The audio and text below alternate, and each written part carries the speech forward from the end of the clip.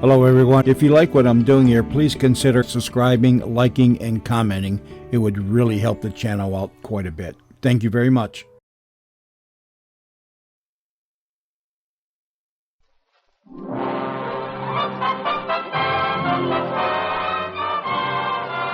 Frank Morgan as the fabulous Dr. Tweedy, written by Robert Riley Crutcher.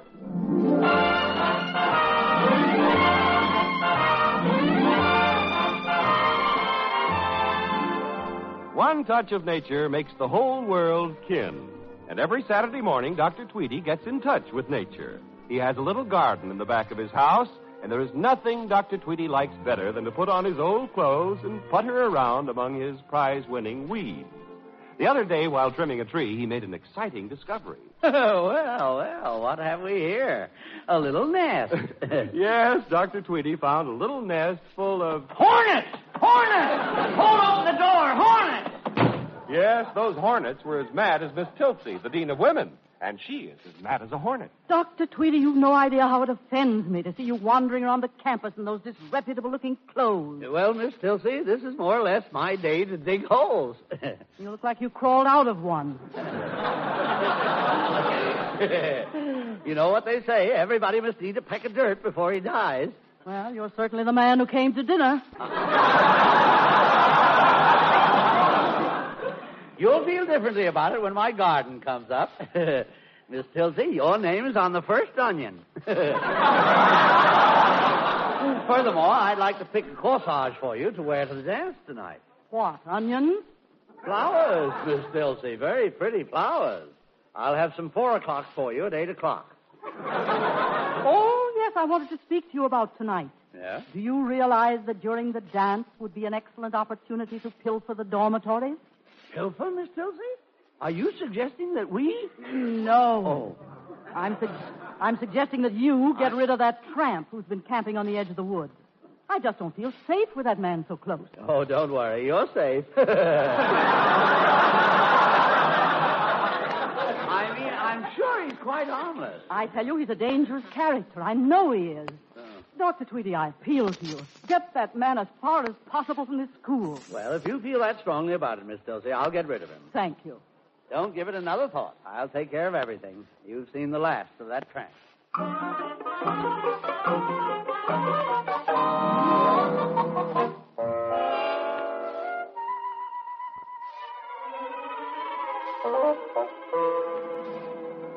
What do you mean I gotta scram? I mean precisely that. I'm sorry, but you'll have to put out that fire and be on your way. And don't ever come back here. That's an order. Whose order? Miss Tilsey. No skates telling me what Now, never mind. Put out that fire and... What's that you're cooking? Slumgullion. Oh. Well, now gather up your things and...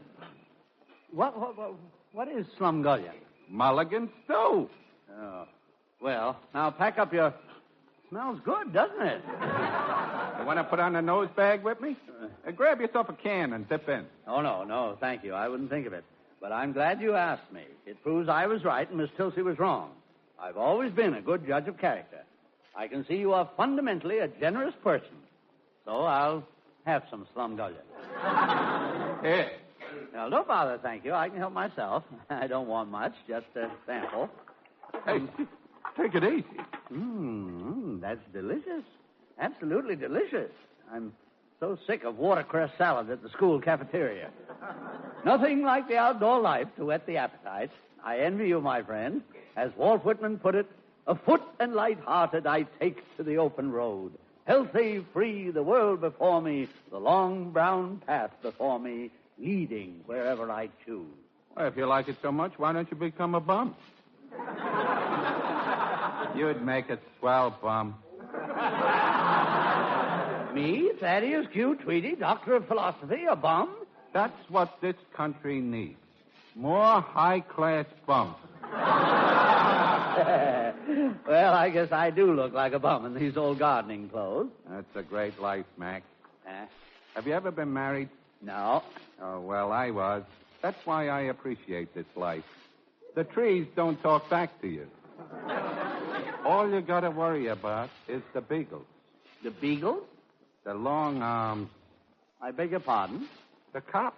Oh, well, the ones in this district are certainly stupid.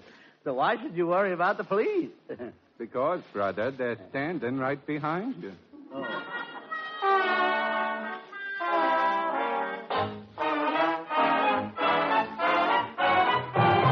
But, Judge, I am not a vagrant. I'm Dean of Men at Potts College. Dr. Tweedy is the name. Thaddeus Q, Ph.D. Yeah, that's right. Me and him is a couple of college teachers. Oh, no. I see. And your name, sir, is... Dr. Doe is the name. John Doe. Now, my friend, leave everything to me. I'll take care of this. His Honor knows a scholar when he sees one. Sergeant, book these bums. No, just a minute, Judge. I can identify myself. Yeah, my fraternity brother can identify us. I have my wallet here somewhere. Oh, here's the memorandum I received this morning. You'll notice that it's addressed to Dr. Thaddeus Q. Tweedy and signed by Miss Tilsey, the Dean of Women. Let me see that. It's in reference to my personal appearance when gardening. Let me see now. Dr. Tweedy, I'm no longer able to restrain myself. Yeah. Your appearance this morning is without doubt the most... I'd rather you didn't read it out loud.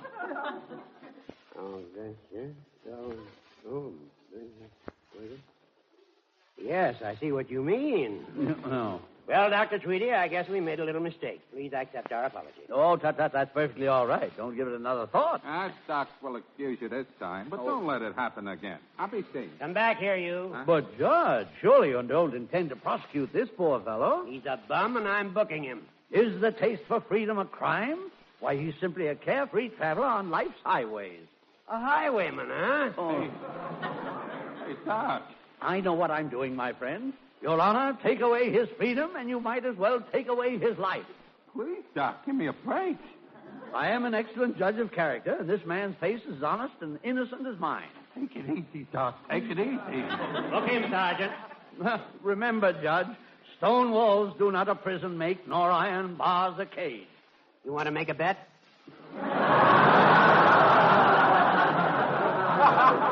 Be merciful. Sweet mercy is nobility's true badge. As Shakespeare said, it is twice blessed. It blesseth him that gives and him that takes. I'm giving him 30 days, and he's going to take it. But, Your Honor... Let it go, Doc. I'll settle for the 30 days. No, my friend. I want to see justice done. Your Honor, I refuse to stand by and see this man unjustly persecuted. Will you vouch for him? Where do I sign? Right here.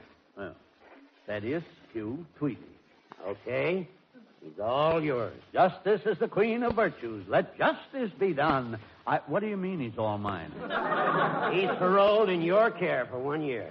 My care? Take him home with you. Home? With me? And remember, if he does anything wrong, you are responsible. Oh, no. No, I can't. Miss Tilsey. The college.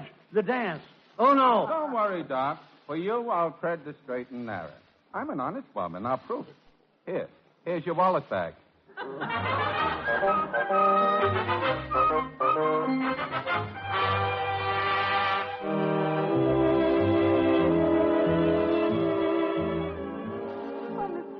Isn't the dance a tremendous success? Yes. I can't imagine what's happened to Dr. Tweedy. We've taken in $500. What should I do with the money? Oh, here comes Dr. Tweedy now. You run along and dance. I'll speak to him about it. Thanks, Miss Tilson. Good evening, Miss Tilsey. I'm sorry to be late for the dance. We missed you. Oh, really? Yes. Yeah. Everything has gone smoothly. Oh. Tell me, did you get that tramp out of the woods?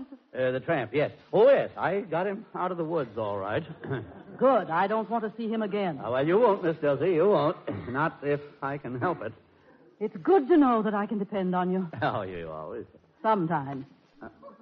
I'll sleep easier tonight, thanks to you. Miss Tilsey, I've done nothing. But just to be on the safe side, I want you to keep the proceeds from this dance in your house tonight. In my... No. Wouldn't it be much better to keep the money in the school safe? Why? Well, Miss Tilsey, I might as well be frank. About what? About it... well, there's no point in being evasive, is there? Evasive? Yes, I mean, I might as well tell you and get it over with. Tell me what? What are you trying to say? Miss Tilsey, that... May I have this dance?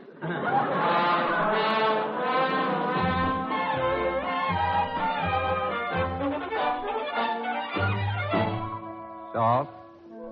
pepper, onions, carrots, plum gullion. Come on in. Oh, good morning. I'm Jane Taylor. Pleased to meet you. Is Dr. Tweedy in? Nope. Well, do you expect him back soon? Yep. Oh, I'm the chairman of the ticket committee for the dance last night. I brought the money for him to take to the bank. What's that you're cooking? Plum gullion. Oh, are you Dr. Tweedy's cook? Cook, gardener, valet, and general factory. General factotum, isn't it? Yeah. The doc's got so much brains, he needs somebody to look after him. And I'm the guy to do it. I'd give my right arm up to here for him. Oh, what a pal. You know what he said to me this morning? Flowers is lovely. Love is flower-like. Friendship is a sheltering tree. It don't make sense, but it sounds pretty. Yes, I think it was said by Samuel Coleridge. Nope, Doc said it. But Coleridge wrote it. Then he stole it from Doc. Where is Dr. Tweedy? Oh, he went to see some dame named Tilly.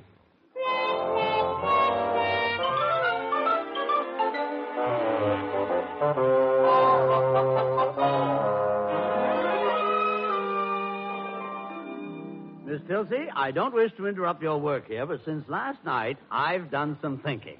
Oh, I appreciate the warning. I've been thinking about that tramp. Why? You took care of him, didn't you? Oh, yes, I've taken good care of him. Frankly, Miss Tilsey, I don't believe he's as bad as you seem to think. After all, there's a little good in every man. A little. We should look for the good in people, not the bad. Trust them and encourage them. I know I could make a new man out of that tramp. Have you seen the morning paper? No, but I'm a sound judge of character. There was a robbery last night. Robbery? I quote, "Last night, Oscar Schlupp's butcher shop on West 3rd Street was burgled. A vagrant who was seen in the vicinity earlier in the evening is under suspicion, and an arrest is expected momentarily." Unquote. Well, now what have you to say? Goodbye, Miss Tilsey.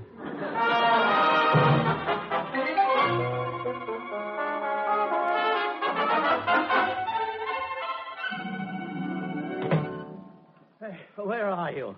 Where are you? Right here, Doc. What's cooking? I seen you steaming down the block and nothing flashed. Oh, why did you do it? Oh, did you do it? No, you didn't do it. I know you didn't. Then what? You were here all night. You didn't leave the house once. You didn't even put your nose out the door. Did you? Well, I wasn't going long, Doc. Oh, well, it was only to get a breath of fresh air. You didn't leave the campus. You weren't anywhere near the town. Were you? Sure I was. Oh. What's cooking? Cooking? Yes. What's cooking?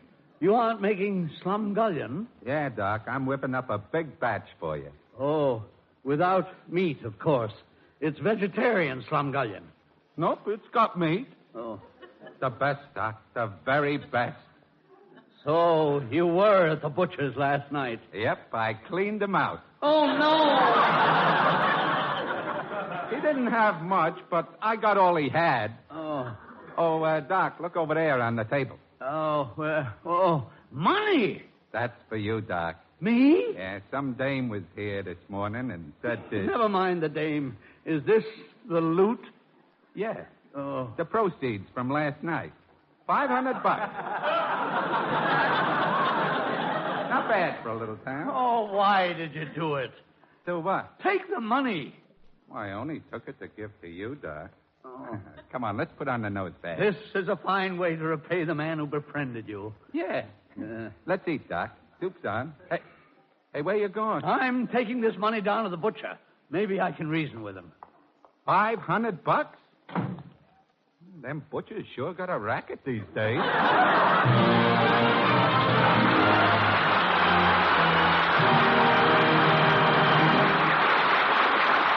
Before Frank Morgan continues, here is...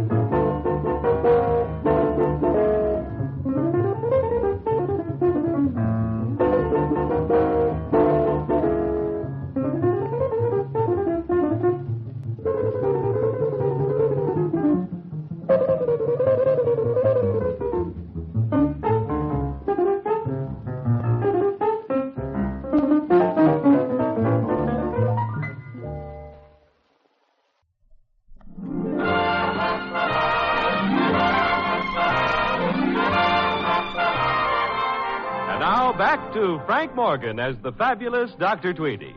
They say that speech is silver and silence is golden.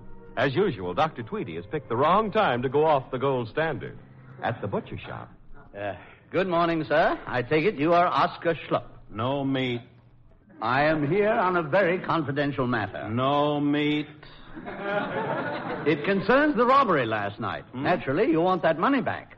I dare say you'd be so glad to get it back, you'd dismiss charges against the person who took it. I dare say. Wouldn't you? Would I? I asked you first. Look, see this meat cleaver? Cleaver, yes. It's sharp, isn't it? See this chicken neck? Yeah? Watch. That's what I'll do if I catch the guy who has my dough. Now, what do you want? Do you have any fish?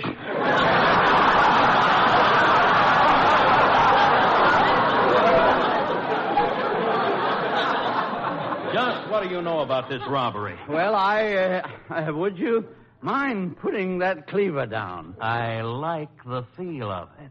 Oh, you do? It talks my language.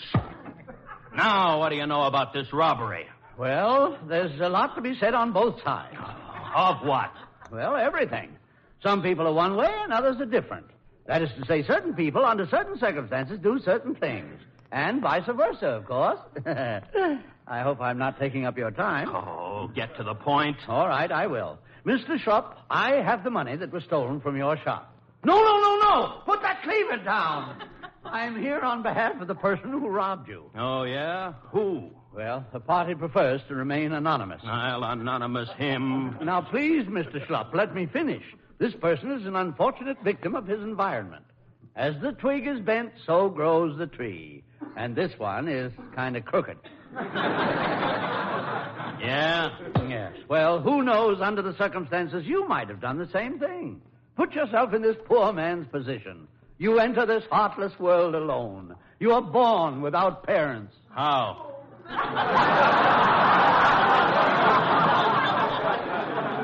You're an orphan.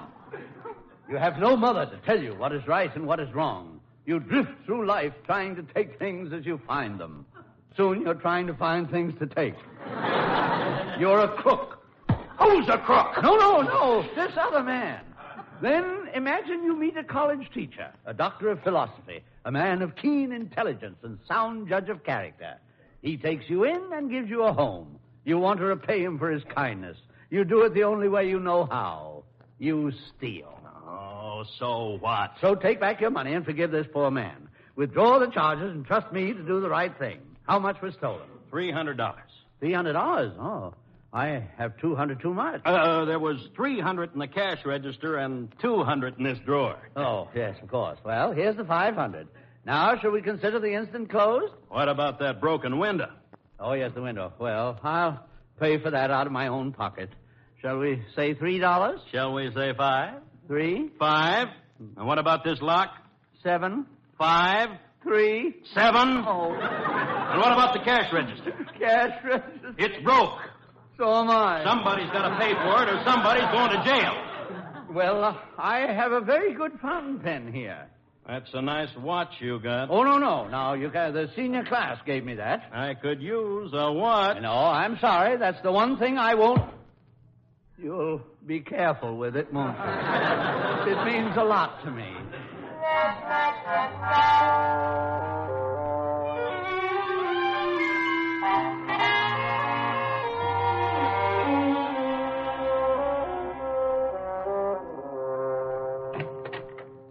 Are you home, Doc?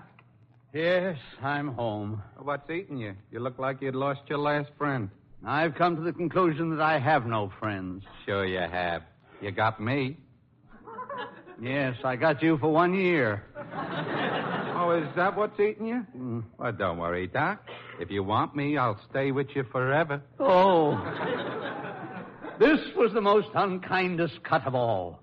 For when the noble Caesar saw him stab, ingratitude more strong than traitor's arms quite vanquished him. Then burst his mighty heart. What a beautiful skull you got, Doc.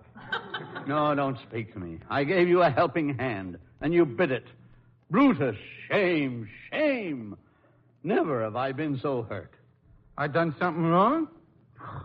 What about the $500? Oh, you mean the proceeds from the dance last night? Yes, your proceeds? Dance? Yeah. Well, The dame that left it said you'd know what to do with it. well, then you didn't rob the butcher shop. He robbed me. $1 a pound for beef. Well, Oh, Doc. Did you think I swiped that 500? well, I... Oh, Doc. Oh, my friend, have I accused you unjustly?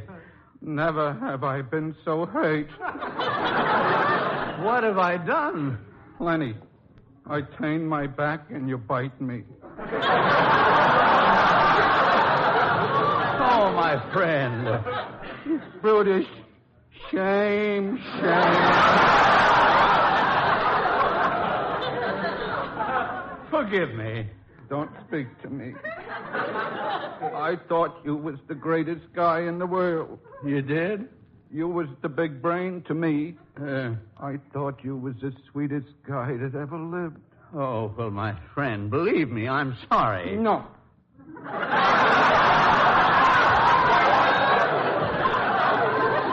Leave me alone. It's the Dreyfus case all over again. Take your hand off of my shoulder. I don't like you no more. Oh, now, please, don't say that. To err is human, to forgive divine. A forgiving heart is worth more than all the gold in the... Gold? Huh? Yes, the money. I gave it the butcher. The dance money. And I had to give him my fountain pen and watch to get him to take it.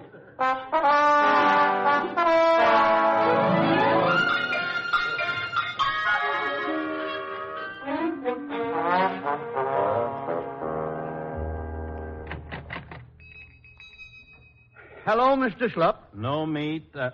Oh, it's you again. What do you want? Well, it seems there's been a slight mistake. What do you mean? Mr. Schlupp, I have some good news for you. My friend did not rob your store. Is that so? Yes, and now if you'll just give me back my $512 and my fountain pen and my watch, we'll just forget the whole thing. Just like that. Yes, I'm very sorry to have bothered you. Oh, no bother at all. Well, thank you. You see that meat cleaver? Yes, but I want that money back. My friend did not rob your store. And who did? Well, that's just it. Who did? To give you a direct answer to a direct question, I think you did. What? In the first place, you said $300 was missing, but when you saw I had $500, you raised it to $5. Why? Well, I'll tell you why. You're a dishonest man. You robbed your own store, and I'll prove it. Oh, and I suppose I busted my own window and crawled in through that little hole. No, you couldn't get through that little hole. I say the window was broken from the inside. Oh, what are you talking about? Yes. Somebody tossed a brick through the window. It was lying right here. The brick couldn't have landed at this point. It's mathematically impossible. According to Euclid's calculus of tangents, differential and integral, let x be the brick and y the window. In the advancing difference notation, we regard x as a suffix, which gives us our solution. You see? Impossible. I tell you, somebody threw that brick in here. Oh, no. It was merely dropped there, as proved by the depth of the indentation. A simple problem for trigonometry. But why go on? It's an open and shut case. You may fool the law of Pottsfield, but you cannot fool the laws of physics. Pardon me. I want to call the police. Wait a minute. Wait. Don't do that. Well, why? Well... You see, I lost a lot of dough on the races, and I was afraid my wife would find out. I told her I was robbed, but I didn't know she'd call in the police. Oh, that is no concern of mine. Just give me the money and the fountain pen and the watch. I'll consider the case closed. Oh, sure. Sure. Here you are. Thank you. But I still don't know how you figured it out. I didn't figure it out, but I'm an excellent judge of character. Good day.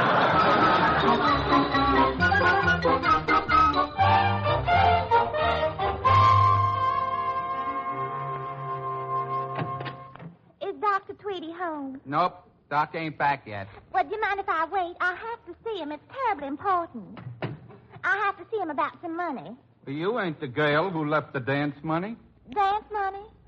Oh, well, I don't know anything about that. I just want to borrow some money. My allowance hasn't come yet, and there's a dress downtown I simply have to have. And if I don't make a deposit on it... Home again. All's well that ends well. Oh, Dr. Tweedy, Yes. I came to get some money for... Yes, I know. Here you are. Count it. $500. It's yours. 500? Yes.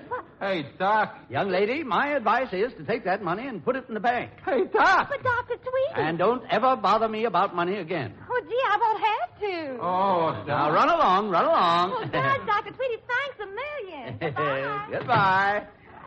Well, that's that. You should have seen me at the butcher shop. I was superb. A brilliant display of brain over brawn. You know, I would have made a wonderful detective. Thin Man Tweedy. What were you trying to say before? Nothing, Doc. Nothing. You're so happy I just ain't got the heart to tell you.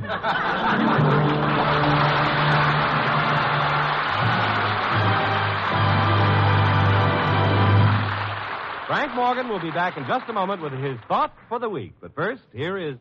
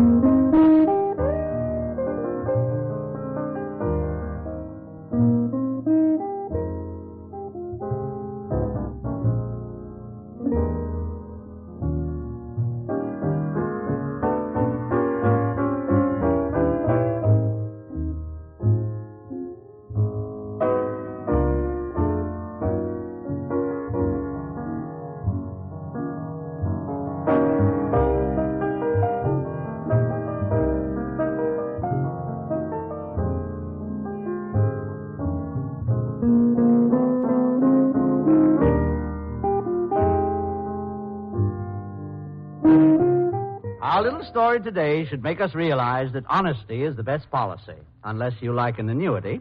How true are the words of Sir Walter Scott? Oh, what a tangled web we weave when first we practice to deceive. But don't worry, practice makes perfect. Good night.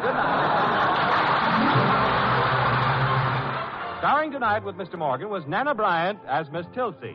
Alan Bridge played the constable, Barbara Eiler, Susan, Lee Millar, Winthrop Ames, Ed Max, the tramp, Janet Scott, the mother, and Earl Ross, the father. Music was composed and directed by Elliot Daniel. This is the Armed Forces Radio Service.